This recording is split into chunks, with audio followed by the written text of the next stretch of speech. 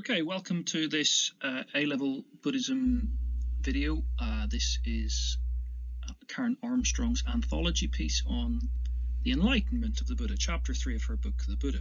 Let's read it and then we'll take it apart. But the practice of mindfulness also made him more acutely aware than ever of the pervasiveness of both suffering and the desire that gave rise to it. All these thoughts and longings that crowded into his consciousness were of such short duration. Everything was impermanent, anicca. However intense a craving might be, it soon petered out and was replaced by something quite different. Not lasting long, not even the bliss of meditation. The transitory nature of life was one of the chief causes of suffering. And as he recorded his feelings moment by moment, Gautama also became aware that dukkha, the dukkha of life, was not confined to the major traumas of sickness, old age, and death. It happened on a daily, even hourly basis. In all the little disappointments, rejections, frustrations, and failings that befall us in the course of a single day. Pain, grief, despair are dukkha, he would explain later. Being forced into proximity with what we hate is suffering, dukkha. Being separated from what we love is suffering, dukkha. Not getting what we want is suffering. True, there is pleasure in life, but Gautama had subjected this to the merciless scrutiny of mindfulness, and he noticed how often our satisfaction meant suffering for others. The prosperity of one person often depends upon the poverty or exclusion of someone else. When we get something that makes us happy, we immediately start to worry about losing it. We pursue an object of desire, even when we know in our heart of hearts that it will make us unhappy in the long run. Good. I just want to quickly pick up on something from the last section, section 8. I didn't say. He talks about, in the last section, the fathom-long carcass, this body of mind, just at the end of that section. And this is perhaps the Buddha's instructions, or perhaps a later Buddhist monk's instructions on the contemplation of the body, and not the nice stuff, the nasty stuff, the contemplation on disease, decay, as a practice within Buddhism that's certainly found in the Pali Canon, and in particular crops up in the great Buddha Aghosha's commentary on the Pali Canon, his suggestion in the Path of Purification that among the 40 things we should focus on when we meditate are things of that show anicca, impermanence in life. In a key Nikaya, a key Pali Canon Sutra, the Anguttara Nikaya, 4 verse 45, he says, "Thus I've heard, the end of the world can never be reached by walking. However, without reaching the world's end, there's no release from suffering. I declare it is in this fathom, long carcass, with its perceptions and thoughts." How poetic. It's kind of horrible poetic, sort of Edgar Allan Poe, dark poetic. But it's there. That there's the world, the origin of the world, the cessation of the world, the path leading to the cessation of the world. So it is in this fathoming of the long carcass, this meditation on the negative, this body of decay and death, that the contemplation of our mortality that will help us. Now, this became a practice that was thought of as a very advanced practice during the Buddha's own life. The Pali Canon suggests that there were these monks who did this and became so depressed that they committed suicide. And so this has long been advocated only as an advanced practice within Theravada Buddhism. Now, moving on to this passage, Karen Armstrong's continued description of the Buddha, and she is giving a construction of the Buddha and the Buddha's teaching that you need to be critical about and ask questions. This is why we're asking these questions. So here's the first question. In this first little section here, this first whole section,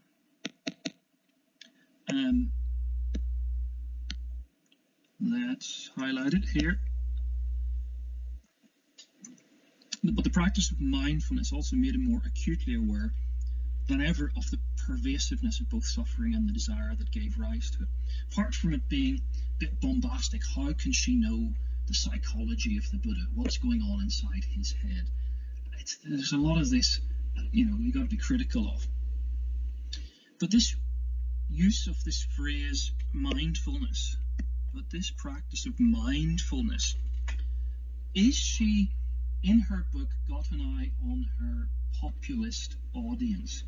Who is reading Karen Armstrong's construction of the Buddha? Is it Buddhists? Probably not. Is it modern secular people? Yes. And by secular, we don't, again, necessarily mean atheists.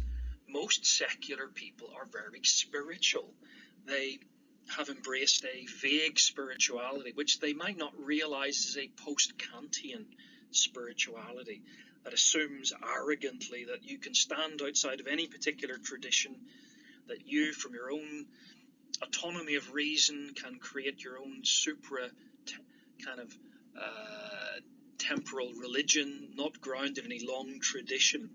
And Armstrong, that's her congregation, her pluralist secular congregation. She's appealing to in her construction of the Buddha. The Buddha, as she constructs him, is the chaplain of this everyman religion and no man religion at the same time. Mindfulness has these so secular versions today.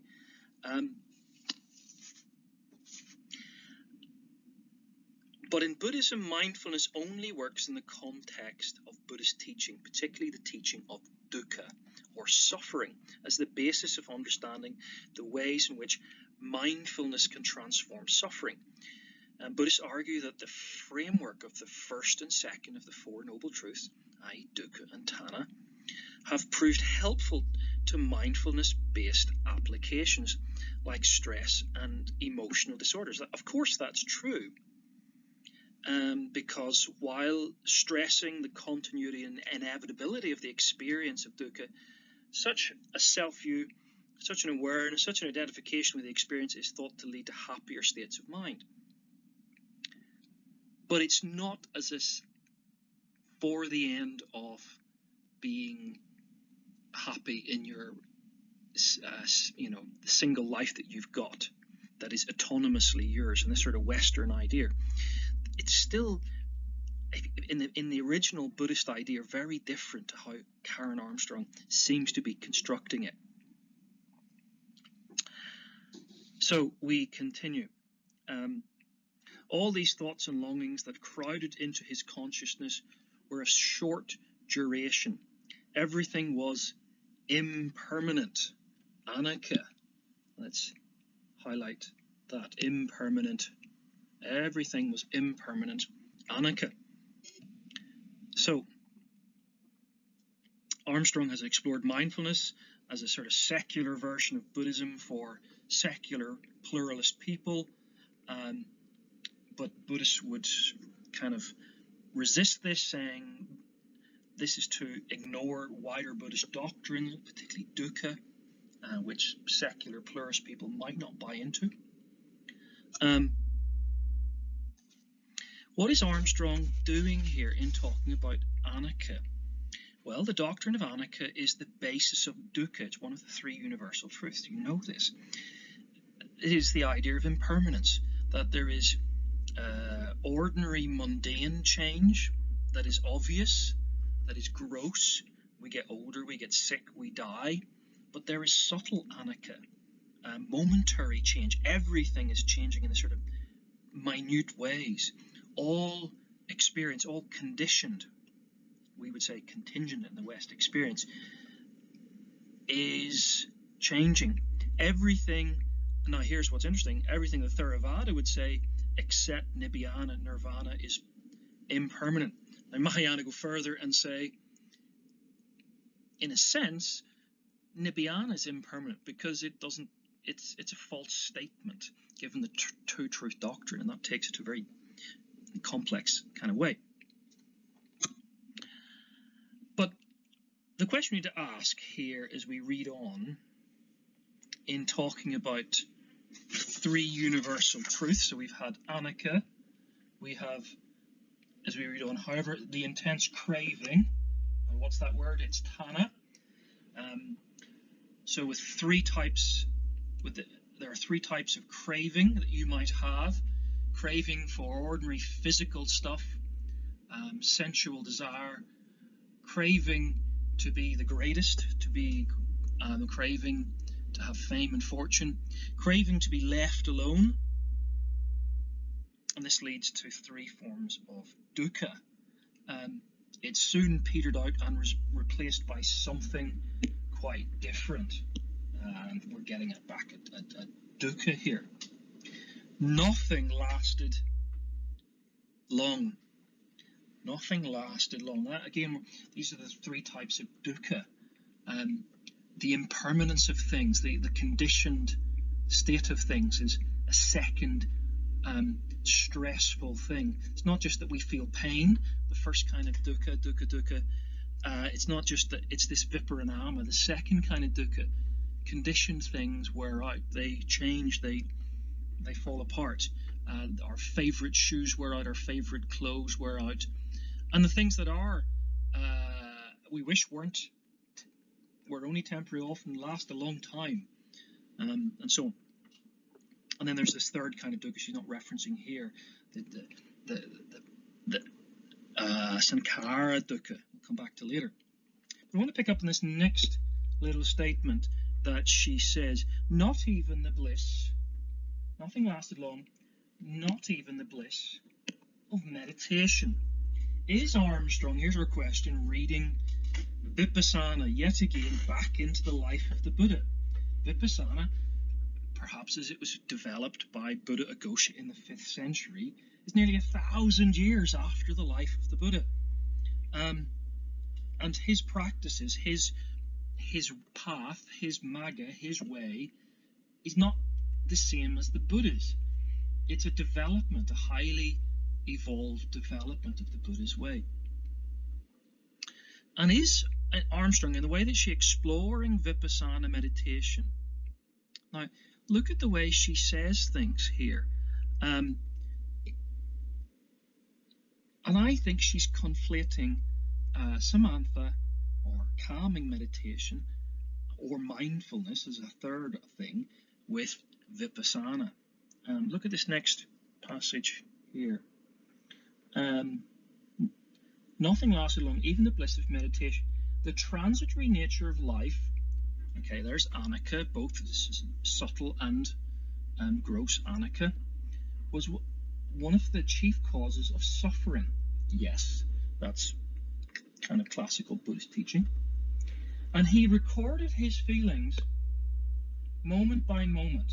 He recorded, let's get a different color. Let's go for blue. He recorded his feelings moment by moment.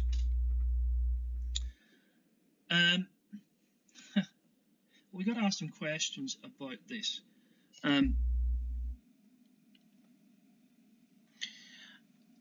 What is she going on about? Is this Armstrong exploring the 4 jhanas, talking about the bliss of meditation, but not citing Theravada sources? Is her assumption of a transcendent viewpoint to intramural debates between Theravada and Mahayana, a sort of Western post-Kantian a view that Buddhists would not recognize? Is she talking about, what is she talking about when she's talking about he recorded his feelings in a moment by moment? We know about the 3 kinds of dukkha, dukkha, viparinama dukkha, and sankhara dukkha. But this moment by moment thing is really, really interesting. The Buddha didn't keep a journal. The night of enlightenment is related to the acts of the Buddha. Ashvaghosha's Buddha Akara, the 10 acts of the Buddha. These, along with other of these 700-year hagiography, very later biographies that emerged very late. The Lakshya Sutra, Mahavastu Sutra. The Dhammapada in particular is good because it's in the Pali Canon of the Sutta Pitaka of the Pali Canon. Has an interesting phrase: the house builder you sent, you will not build the house again until all your rafters are broken, the ridgepole destroyed, gone to the unformed, the mind has come to the end of craving. Dhammapada 154. So he's not recording his feelings moment by moment. Edward Conze in 1959 describes the 4 signs that the Buddha saw, the 4 signs the Buddha saw of dukkha. The Gautama became very dark. Let's try something like lighter. Go back to orange.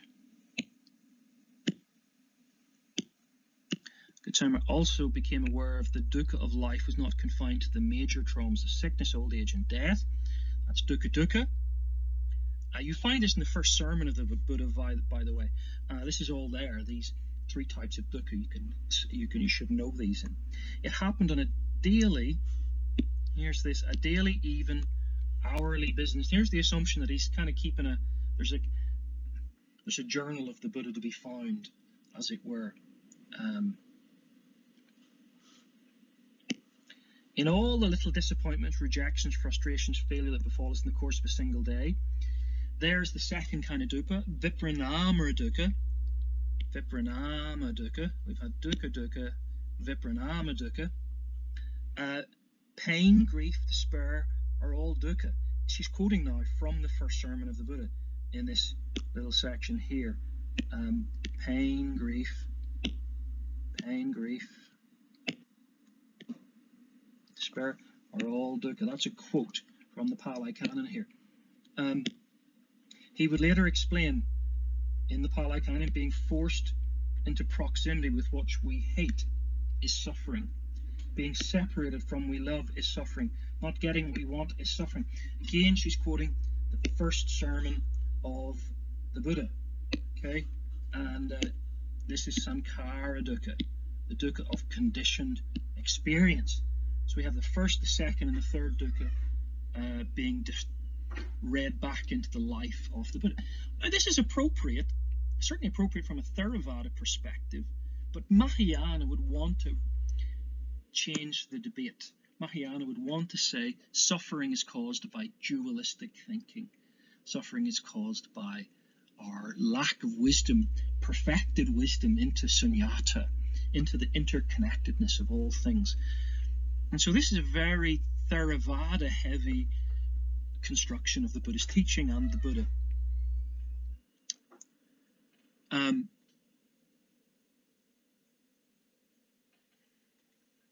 So we continue. So we need to, make sure we critique this idea. The Buddha did not keep a journal. She's quoting later hagiographies of the Buddha, and she's describing the 4 jhanas in a way that kind of privileges Theravada over Mahayana, whether she realizes it or not, in her attempt to create this universal religion that is not particular to any particular Buddhist tradition.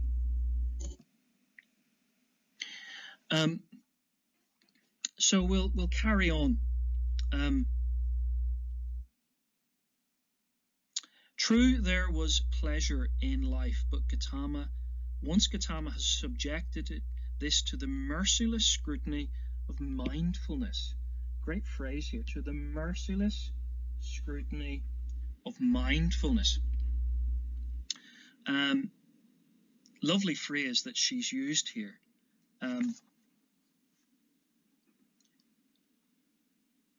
describing the early stages of insight or vipassana meditation as practiced by Theravada, but it's more than perhaps what was done, or that we can know was done, by the historical Buddha. We don't know exactly what his yoga, his practice was. Now, we need to keep asking the question.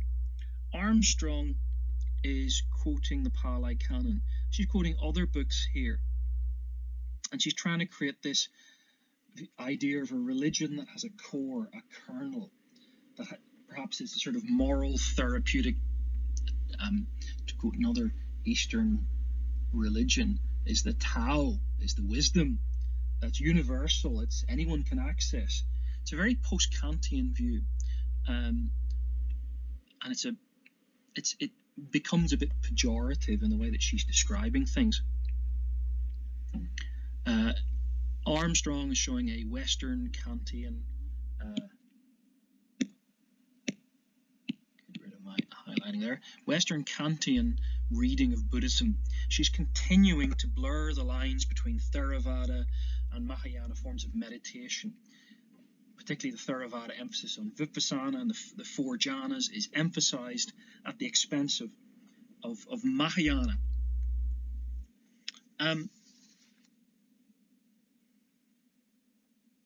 Just to quote Paul Williams here, he's a great expert on Theravada. Paul Williams says, all rebirth is due to karma and impermanence. Short of attaining enlightenment, in each rebirth, one is born and one dies, to be reborn elsewhere in accordance with completely impersonal causal nature of one's own karma. The endless cycle of birth, rebirth, re-death, that's a great phrase, re-death, is samsara.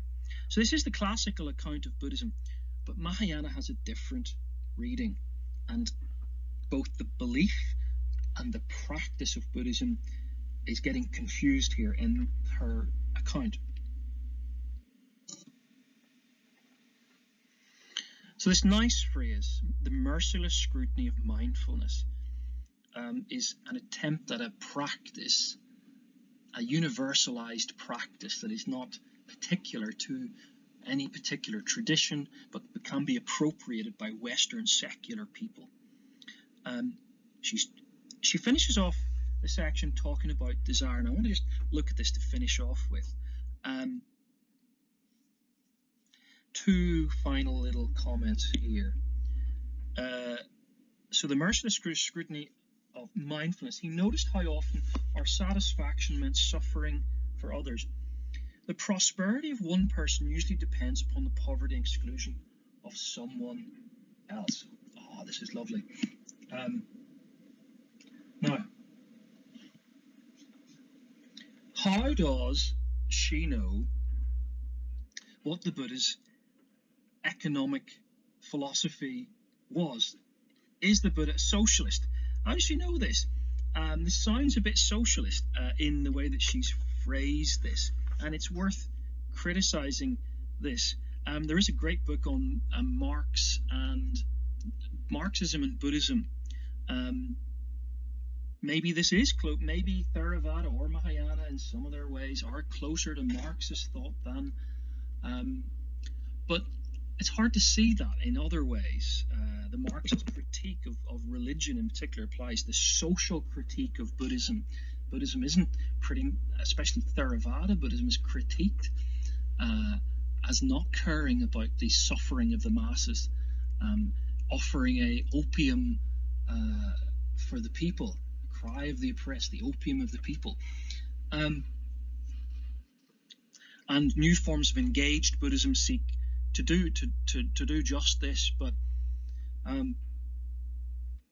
again, Karen Armstrong is glossing over these debates and not actually referring to them. She's wanting to create this homogenized form of Buddhism that has no critical problems and is Buddhism for the Western secular mass, pluralist masses who can feel a bit spiritual, doing a bit of mindfulness.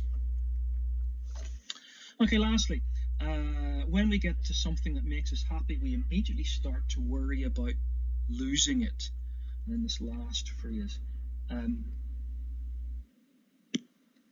we pursue an object of desire even when we know our heart of hearts, that it will make us unhappy in the end. So,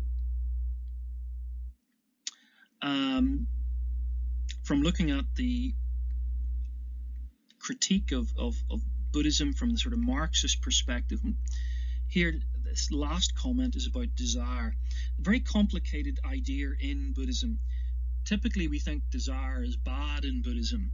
That Buddhists should, especially Theravada Buddhists, should be about repressing, getting rid of desire, acknowledging we have desires in Vipassana meditation that arise from sensations and setting them aside. Tanha is the great evil, desire for sensual stuff, desire for all the different types of tanha. But there are tanhas that desire is described in some ways as positive, and this can be misunderstood because Buddhism is pragmatic. It's about what will get you enlightened, and if you can harness good desire, desire for nibbana, Theravada at least would say that's a good thing. And in Tibetan Buddhism, it goes even further. Instead of repressing, kind of getting rid of desire, you fight desire with desire using the tantric practices, and this culminates most exotically and outrageously perhaps with the Yib-Yams sexual tantric practices that Western people like the singer Sting like a lot, I guess. So desire is a complicated thing in Buddhism. An individual, Buddhists recognize the motivational use of desire towards enlightenment. To an individual, desire can help affect their liberation. The flow of desire must be cut eventually, however, completely, and using a training that must work with the motivational processes. But it's about using desire skillfully. There's the key word, skillfully. The Thanissaro Bhikkhu says the Buddha stated that monks should generate desire. Wow, monks should generate desire for the sake of fostering skillful qualities and abandoning unskillful qualities. So there's that pragmatism from Thanissaro Bhikkhu in the Wings to Awakening. Okay, so that's section 9. Well done. We've asked questions like, how can Armstrong know the political and economic philosophy of the Buddha? Was he a